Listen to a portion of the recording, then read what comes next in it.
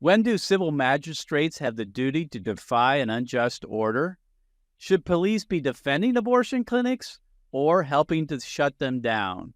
I'm Mark Harrington. You've tuned in to Activist Radio, the Mark Harrington Show.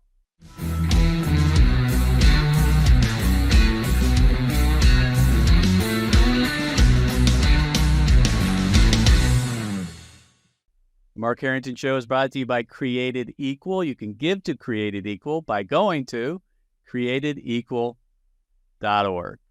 On today's program, we're going to be talking to Chet Gallagher. He's a former Las Vegas police officer who did his duty, and that is he protected human life, and because of that, he was dismissed from that position back in the 1980s. Late 80s, that is, and we're going to be talking about that as well as his current mission. He's been a pro-life advocate for many, many years and continues to rescue children at abortion centers. So, Chet, thanks for being on the program today. Hey, brother, what a privilege to be with you, and I just thank God for all that you're doing. Thanks for getting reconnected with me. It's good to be with you today. It's been a while. I was with you a long time ago with Operation Rescue down in Orlando, I think it was, the last time I probably saw you. But, you know, we obviously we have a history here together with Operation Rescue going way back in the 90s with Randall Terry and Flip Benham and Rusty Thomas and all those great men. So It's great to reconnect with you. Well, listen, I mean, the purpose of our program is really to talk about unsung individuals, people that don't generally get all the press and publicity, but have been faithful to the cause for decades. And that's kind of the point of my program. And to bring out, you know, the things that we have done and the things that we are doing to rescue babies. And so I thought about you, and I thought about your story, your testimony, which takes us back to 1989. And correct me if I'm wrong on any of this history, but what I want to do here first to set it up, Chad, is just play a clip from YouTube that talks about that day in 1989 where you decided not to arrest Operation Rescue participants, peaceful pro-lifers who decided to interpose for the unborn that day. So if you would, Mr. Producer, go ahead and play that clip. During early 1989, there were numerous abortion protests throughout Las Vegas. Metro officer Chet Gallagher, who often took part in these protests, was working on January 28th, a day of protest had been scheduled. Gallagher was told to stay away and was assigned to a beat across town from the demonstration. He didn't follow his orders. I exercise my discretion as a commissioned law enforcement officer, choosing not to arrest these rescuers. He arrived at a protest over on Rancho Road, parked his motorcycle in uniform, actually approached with a bullhorn and proceeded to make a prepared speech, which the media covered and so forth. And following that, I ordered that he be arrested, and Sergeant Steve Tuggle and myself arrested him, removed him from the crowd. The incident made national news. I don't think it gave us a black eye at all. It gave Chet Gallagher a black eye that he would have the gall to commit that act in uniform. Steve Gamble says the decision to arrest Gallagher was not a difficult one. I was embarrassed, actually, for the department. I was embarrassed that the officer would use his position and his uniform to further his personal feelings and his personal agenda, and that's really what it was, is a personal agenda. We all know that we have personal opinions, but when we come to work, put our uniform on, the opinions have to stay in the locker. We have to enforce the laws that there are. All right. Well, that goes way back to 1989. Chet Gallagher there in Las Vegas. So, Chet, take us back to those days in Las Vegas when Operation Rescue, in a lot of other cities too, across America, were participating in sit-ins, if you want to call them that, rescues, if you want to call them that, civil disobedience, if you want to call them that, whatever you want to call them.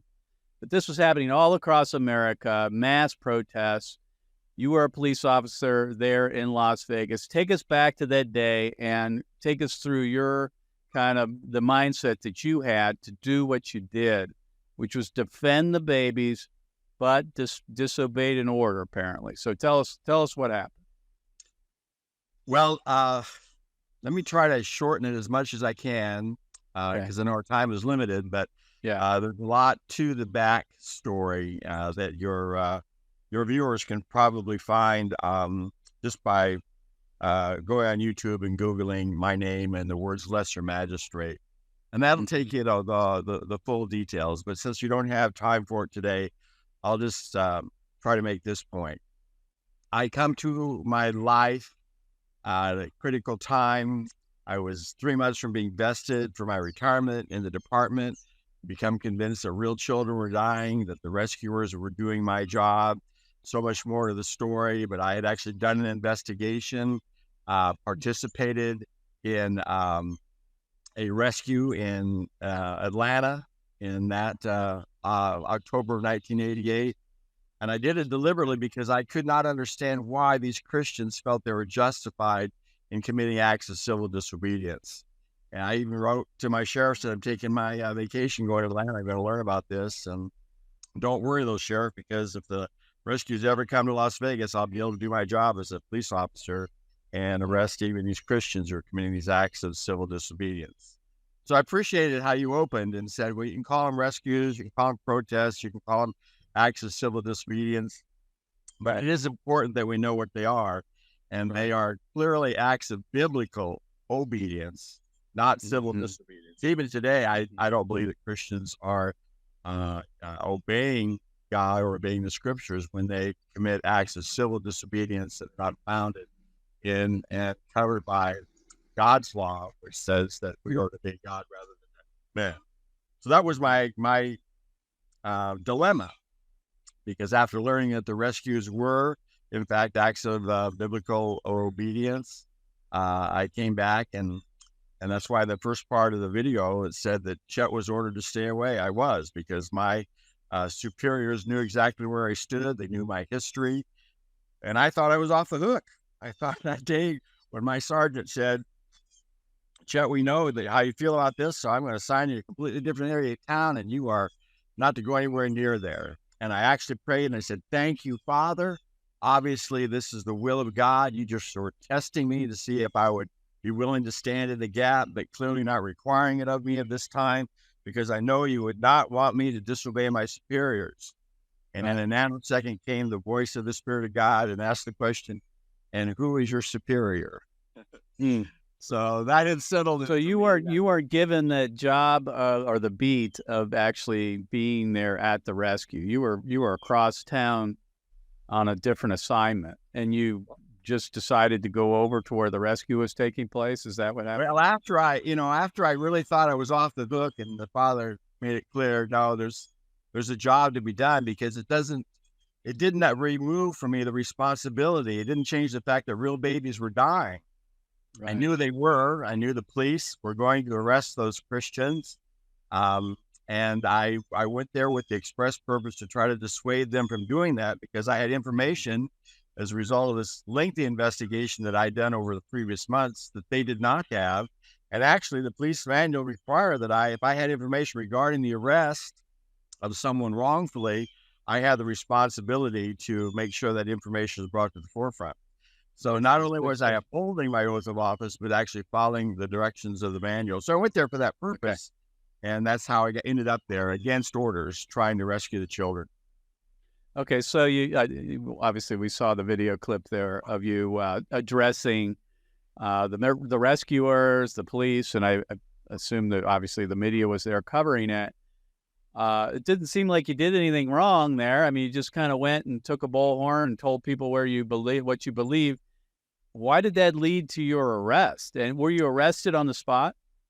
Yeah, that's a good question, because it was really that defining moment when my sergeant, Steve Tuggle, a friend, came up to me and said, Chet, you're suspended, leave this area immediately. Now, in that moment, I could have walked away. I could have left, and I could have probably gotten, maybe a few days off without pay, a letter in my portfolio that was not too complimentary, but I would not have lost my job, my retirement, which was certainly consideration. None of those things would have vanished. And as a result of that, in that moment when he came up to me and said, Chet, you're suspended, leave this area immediately, I decided instead to answer. And I said, Steve, listen, I know you're not convinced that they're killing babies in this building behind me where these rescuers are sitting at the door here, but I am. That's my dilemma. And as a police officer, not even so much as a Christian, certainly no kind of a protester, but as a police officer, I cannot, in good conscience, walk away from what I know to be a murder in progress. And it was that moment that they arrested me, took me to jail, stripped me of my badge and my gun, placed me in jail with the other rescuers that had been taken into custody that day. 92 people were willing to lay down their life to not only rescue innocent children being led away to slaughter, but to understand it really was for the sake of Jesus, who said, whatever you do or do not do for the least of these, you do it for me. And that was the key. And that's still the key today. They're still killing children. And Jesus is saying, these are the least of mine. And what are you going to do to rescue them? And it's all about me. So nothing's really changed. And I'm privileged that there are people that are willing to do that today as well. So you were fired. You're basically dismissed. You were put on suspension first and then fired later. Is that how it worked? Yeah, it took 2 weeks. 2 weeks later, I was fired. And we ultimately went to the Civil Service Board. It took 6 months to get there. And as a result of that, they gave me my job back, surprisingly, not because they agreed with me. But then the sheriff the next morning filed a suit in district court against the decision of the Civil Service Board for me to be reinstated. And ultimately, 3 months later, he won. I lost. And 9 months after being arrested, it was ultimately decided that I was no longer going to be rehired as a police officer. And that's how my career ended in Las Vegas. Gotcha. Okay. My guest again here is Chet Gallagher. And we're talking to Chet about his testimony, his story as being a former Las Vegas law enforcement officer, where he decided to interpose for the unborn, to act in biblical obedience and following the command to rescue those being led away to death, and therefore lost his job. You were just keeping your oath, really. I mean, obviously to God, but also to your position as a law enforcement officer. You swear to uphold the Constitution, right? I mean, and as a civil magistrate, which you were taking an oath to defend the innocent, right? I mean, so you felt like you were just keeping your oath too, right? Well, that was critical, and it's still critical today. I mean, recently in the rescue that we did in Sterling Heights, the sergeant that came was about to arrest the rescuers that were there last summer. You know, I challenged her and I said, when you took your oath of office, right? We spent a lot of time talking to them. I said, when you took your oath of office, did that oath end with the words, "So help me God"? Right. She paused and she said, well, you know, honestly, I don't remember. I said, that's your dilemma, because God does remember. And that is what you did. And so what is the oath exactly, Chet? I mean, you put your hand on the Bible, do you not? I mean, you take an oath to the Constitution, right? We did not have our hand on the Bible as we do when we testify in court. But of course, when the court, yes, put your hand on the Bible, raise your hand, and promise to tell the truth, the whole truth, nothing but the truth, so help you God. So you're not off the hook. The Law Enforcement Code of Ethics, which is a standard of ethical conduct for police officers, ends in this phrase. When you sign on to this code of ethics, it says, dedicating myself before God to my chosen profession, law enforcement. So when that oath of office is taken before God, it's something that has to be recognized, not only personally, morally, but even legally, in my view and the view of others who understand the necessity to interpose. Again, Chet Gallagher is my guest. Chet, let me ask you this. You know, you heard some of the officers on that clip saying that this was your personal opinion. You did this for personal reasons. How do you respond to that? Well, that's a really important question, because what that does is that basically lets them off the hook. There was even a deputy chief of police in Los Angeles years ago, a well-known Christian conference speaker, who made this statement when being interviewed about the rescue movement on James Dobson's show, Focus on the Family. And he said, I'm a Christian, but when I put on that uniform, I'm a cop. Mm-hmm. Mm-hmm. And that's a really dangerous position to be in. But right. when you can just dismiss what myself and others, tens of thousands, by the way, many of our viewers may not be aware of that, during 1986 to 1994, there were over 77,000 arrests of general Christians interposing at the doors of abortion clinics. And when people were doing that, they were laying down their own life, doing what the police officers should be doing, but could not or refused to do. And so the reason that question you asked is so important is to understand that when they can dismiss that this is just someone's personal views, they can easily use the same excuse, listen to me, that Christian Nazi soldiers use when they hauled away Jews and the rescuers of Jews. Yeah, I wanted to bring that up because you know, it harkens back to the Nuremberg trials, and when they were, you know, they put on trial SS officers and others that were involved in the Third Reich, and they asked them why they did what they did, and they just said, we were doing our job. Yeah, actually, three answers they gave. They said, we are enforcing the law, we are obeying our superiors, and we are doing our duty. And when they proposed those as their defenses, they were found to be guilty, and were still many of them hung as war criminals, using those are excuses that police officers would use today. It doesn't absolve them from their duty to protect human life. And when you look at the Nuremberg trials and we think to ourselves, how could they have done this? Well, why would they have done this? But yet today, Chet, and you've experienced it here, you know, when you were in Las Vegas, but also since then, we have law enforcement officers out front of our Planned Parenthood here that protect the child killers. And we're constantly talking to them and asking them how they can do this. And making the parallel to the Holocaust and trying to get them to think that they have a higher law that they must obey. How do you, as someone who's, you know, been willing to pay the price, lose your job, be fired, and now using that testimony to witness to police officers, how do you address that? Because I know there are a lot of people listening to the program who go to the abortion mills daily or weekly or whatever, and are dealing with these off-duty police officers, typically, that have been hired by Planned Parenthood or the abortion center to protect the child killing. How do you handle that? How do you address that? You said you mentioned it when you were being you were arrested in Sterling Heights recently, but have there been others that have changed their minds over the years? And what can you tell us when we're out at the sidewalk to talk to these officers?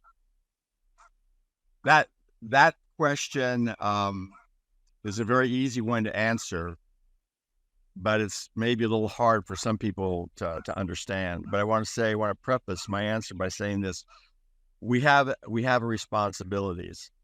We have responsibility before God, actually, to speak the truth in love, to provoke one another to love and good works, and we have the responsibility to declare what the truth is, and we did that.